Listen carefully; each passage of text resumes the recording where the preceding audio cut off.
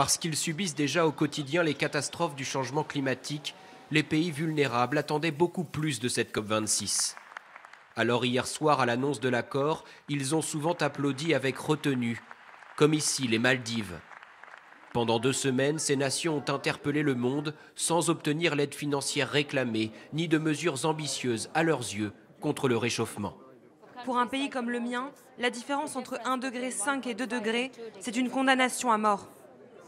Mais certains de ces États soulignent aussi que grâce au compromis, le sommet n'est pas un échec total. C'est pour cette raison que les représentants de l'archipel de Tuvalu, dont le discours mardi sur la montée des eaux avait marqué les esprits, ont voulu rester optimistes.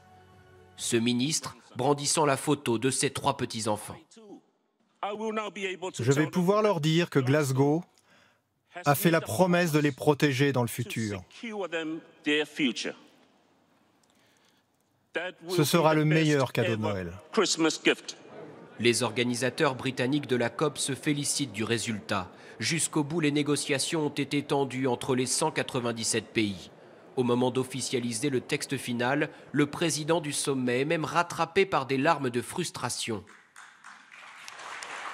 Quelques minutes plus tôt, après de vives discussions, l'un des engagements majeurs sur le charbon a été affaibli. L'abandon est devenu diminution, formule moins contraignante, sous la pression de l'Inde, soutenue par la Chine. Les pays en développement ont le droit à leur part équitable du budget carbone mondial et un usage responsable. Malgré de nombreux désaccords, les pays veulent aussi retenir les avancées de ce sommet et notamment un engagement inédit sur les énergies fossiles ou encore le renforcement dès l'année prochaine des promesses sur la réduction des émissions de carbone.